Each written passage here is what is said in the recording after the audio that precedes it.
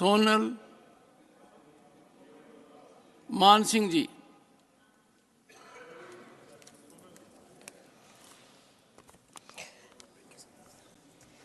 अनेक धन्यवाद माननीय सभापति जी। राम मंदिर के बारे में बहुत कुछ सुन रही हूँ, परम संतोष हो रहा है।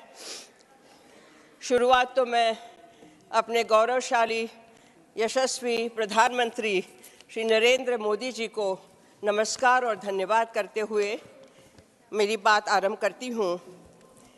सुना है कि भारत जोड़ो यात्रा चल रही थी, लेकिन हम भूल जाते हैं कि त्रेता युग में ही श्री राम ने भारत जोड़ो यात्रा कर दी थी।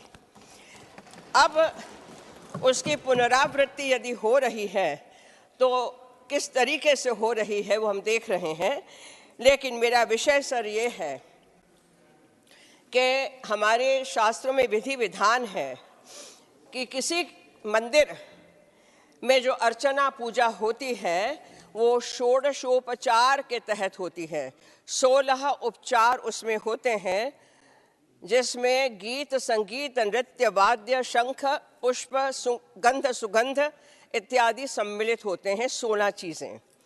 मुझे अत्यंत हर्ष है कि इसी विधान को, इसी नीति को, इसका पालन किया जा रहा है।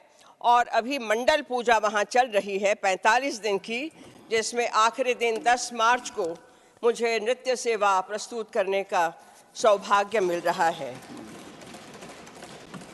सर, मैं गुजराती हूँ और गुजरात में जो दंडकारण्य है, डांग कहलाता है, ज़िला डांग, वहाँ मेरी माता जी का विद्यालय है, विश्वविद्यालय गुरुकुल जनजाति की लड़कियों के लिए।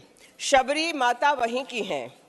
सर, आज भी वहाँ गाना हम लोग सीखे हैं, राम रटन ए करती जाए, पगना ठमका देती जाए, एली भीलड़ी रे।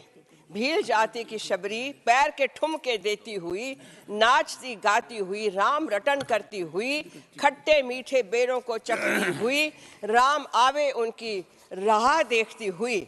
ये शबरी के स्थान से मैं आती हूँ सर, और मुझे इतना अच्छा लग रहा है कि उनको भी याद किया गया है। प्रत्येक जनजाति, प्रत्येक जाति के स्त्री पुरुषों को याद किया गया है। मैं एक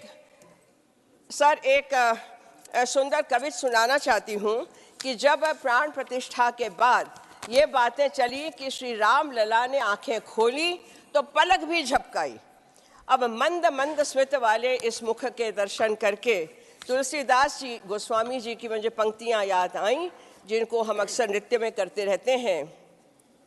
अरविंद सो आनन रूप मरंद, अनंदित लोचन भृंग पिए, मन मौन बस्यो अस बालक जो, तुलसी जग में फल कौन जिए। सर, आभूषणों से, वस्त्र अलंकारों से श्री राम की चमक नहीं है, उनकी चमक दमक श्री राम की अपनी नीतियों से है, अपने व्यक्तित्व से है। भगवान विष्णु नारायण के वो अवतार हैं, मर्यादा पुरुषोत्तम हैं। और किसी ने कहा था सर, अभी कुछ क्षणों पहले एक माननीय सम्मानीय सांसद ने, कि वहाँ सीता माता नहीं दिखी, अधूरा रहा। तो सर, मेरा कहना ये था कि सीता जी भूदेवी की प्रतिमूर्ति हैं, वो स्वयं भूदेवी हैं, और भू पे, पृथ्वी पे ही तो ये मंदिर बना है, इसीलिए सीता माता स्वयं वहाँ हाजिर हैं। तो इसमें उनको ढूंढने की आवश्यकता बिल्कुल नहीं है। सर, मैं आपको एक ये भव्य दिव्य मंदिर का एक और मैं आपको पहलू दिखाना चाह रही हूँ, जो सब जानते हैं कि आस्था श्रद्धा का ये महाकुंभ राम कुंभ कहलाए। ऐसा मुझे लगा कि जब मैं वहाँ प्राण प्रतिष्ठा में बैठी, अपलक घंटों तक, सुबह से शाम तक हम बैठे, न भूख न प्यास।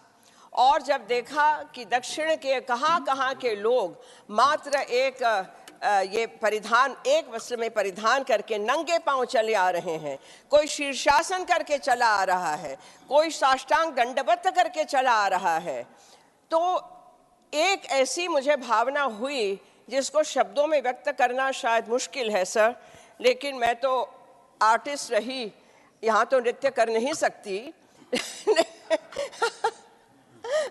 लेकिन अवध में जन्मे राम सलोना, ये हमारा बधाई, जन्म गीत बधाई है जो वहाँ प्रस्तुत होगा, अवध में जन्मे राम सलोना। तो सर मंगल गीत गाते गाते मैं यहाँ आई और मैंने कहा कि मुझे 5 मिनट दे दी जाए कि मैं श्री अपने राम लला के बारे में कुछ बोल सकूं, उनके गुणगान कर सकूं। और वैसे 10 मार्च को आप सभी आमंत्रित हैं, अयोध्या पधारिए और हमारी नृत्य संगीत सेवा का आनंद लीजिए। श्री राम लला मुझे लगता है कि निश्चित रूप से बहुत प्रसन्न होंगे।